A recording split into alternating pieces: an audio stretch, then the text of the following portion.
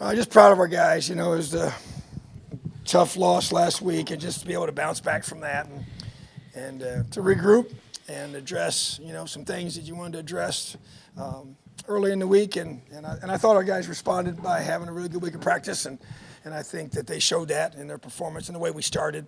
Did not like how we finished the half defensively. We let up.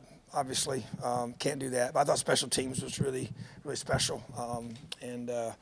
Just really, Coach Casey Teagard's done a phenomenal job with that group. To have 2 block punts, one for a touchdown, punt return for a touchdown, long kickoff return. Overall excellent job in special teams there. I thought all 3 areas did a lot of good things, and I thought it was great to get Michael out there and get him comfortable and playing the way he did, and just our whole offense running the football. And because they had I thought they were really strong in the box, and I knew running the football wasn't going to just be a given for sure. We got to execute. So, thought our guys did a good job bouncing back. It was a good, positive momentum for the future. Questions? Tom, you've had your hands on special teams units in your career for a long, long time, and I know how much you value that as to what it means for a game. But Sure. Tonight to have so many big special teams plays, really not only you got points out of it, but tip the field constantly. Yes. Can you talk just a little bit about how that all mattered so much tonight? Well, it really did, and we make such a huge emphasis on special teams. I mean, I am in every single meeting, and that's not just that's on purpose. I want our guys to know how important they are. I interject a lot. Casey does a tremendous job, and Ryan McInerney's his quality control guy does a phenomenal job studying film and getting us in a great position.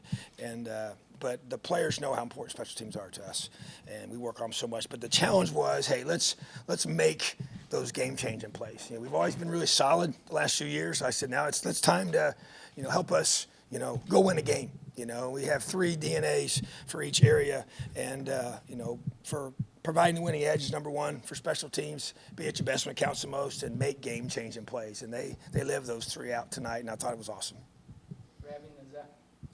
Coach, defensively, you guys get the strip sack that leads to a touchdown. I think at one point in time you guys were up 28-0, and they only had 19 total yards at that point. Your thoughts on the defense? How well, in your mind, did they perform tonight? Well, I thought that really good intensity in the beginning. Dominated them up front. And I expected us to. I thought we needed to. I thought we should. That's nothing. I just felt like our guys needed to play that way, and they did. And that the drive right for half was really pretty much all they had in the whole first half. But just ability to close everything, the windows off, and they've done a good job. I mean, when you watch their film, and Coach Bertune does a tremendous job moving the football. They've scored a lot of points, and they've done a good job against a lot of good people. And so I thought Coach Warren did a great job, a good plan, very, very sound, and even just made some good adjustments there to be able to keep our guys, able to be in position, because they're throwing a lot of quick stuff and getting the ball out fast after we got a lot of pressure on them early. And those are hard. And I'll tell you what, number 80 he's a really good, he's an All-American, and you see why. Unbelievable ball skills, and he does that every single game, and so he made some great catches tonight, so hats off to him. But just felt like that our defense played well. They made it hard to get a lot of interceptions because of the kind of balls they were throwing, and they haven't really fumbled the ball hardly at all, so we obviously got that big early sack cost fumble, which is huge. So very, very good performance by our defense, I thought. I guess following on from that, but just to what extent do you almost look to that unit to kind of set a tone for you? Still getting Michael back comfortable, right. Still sort of figuring some things out, Luke back on the offensive line, but with all the experience you have on defense, do you almost kind of challenge him to sort of say, we start with you? That's it. And that was the challenge this week. When we had our time together, each side of the ball, and then we have a coordinators meeting on Thursday, and then that's what I told, Coach Warren, and I told our team, defensive guys on that I expect them to set the tone for this whole team and for each game, and to create the takeaways and flip the field with field position, and to be able to complement our offense and set them up. As all offenses kind of take a while to get going every single year. It's always a timing and obviously with Michael's situation coming back from his injury, and so just to help them with that. And so I just feel like that, yeah, that's a group that's the expectation. I didn't think we did that the week before. We obviously did not, and it made a difference. In special teams, same thing. I challenged them. You guys flip the field position with returns and with a block punt. Which you block a punt for a touchdown, and your chance to win a game is 89%. So that was huge. And like I said, it's been, what did they say, since 1969 that we've had 2 special teams touchdowns in a game. That's pretty awesome. So once again, hats off to Coach Teagarden for that. But yeah, I thought the defense, we got a lot of guys on that side of the football that played a lot of football, and that is the challenge that we've given to them. And I expect them to step up and set the tone, and that's what they did tonight. Javon Swinton obviously didn't make the trip last week. Comes out, gets 2 touchdowns in about a minute this week. I guess.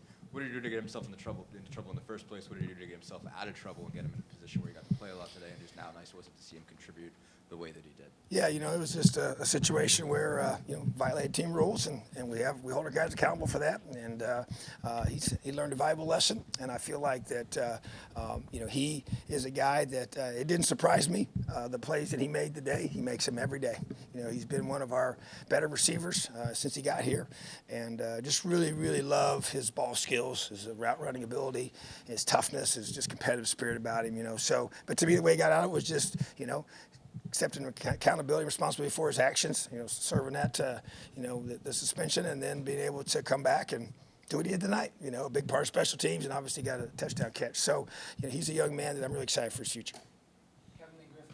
Your thoughts about Mike today in terms of steps from week 1 to week 2, coming off the week 1 performance, and that first drive also being able to, get 18 plays and generate that drive. Yeah, I thought that it was a really good next step.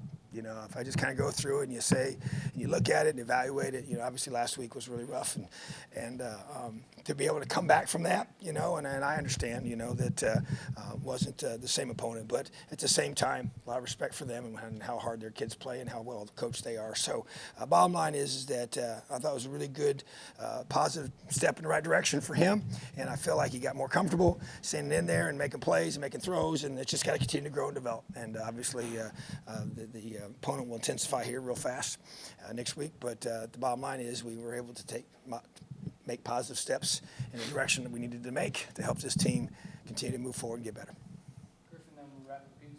Yeah, Coach, if I'm not misunderstood, this is the largest sporting event Indiana has actually hosted since before the beginning of the pandemic. Just curious what you kind of felt of the atmosphere tonight, having students back. Well, I'm going to tell you what, our student section was unbelievable.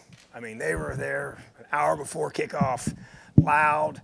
I just want to thank them. I tried to go over there and thank them at the end. I know a lot of them had left, and I understand why. But man, just what an unbelievable atmosphere that they create, and just all of our fans. Just people coming. I don't know. It said some attendance was really, really good tonight, and I know next week's already sold out. It's awesome, and I just appreciate it so much. It means so much to our players.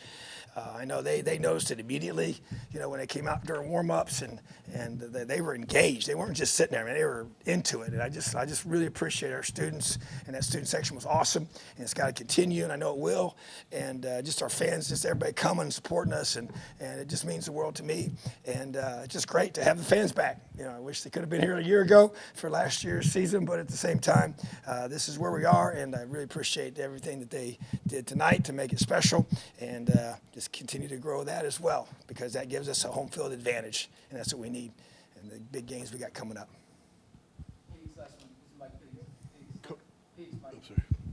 Coach, you had Matthew Bedford moved over to guard and Luke Haggard back. Was this the offensive line you wanted to start the year with?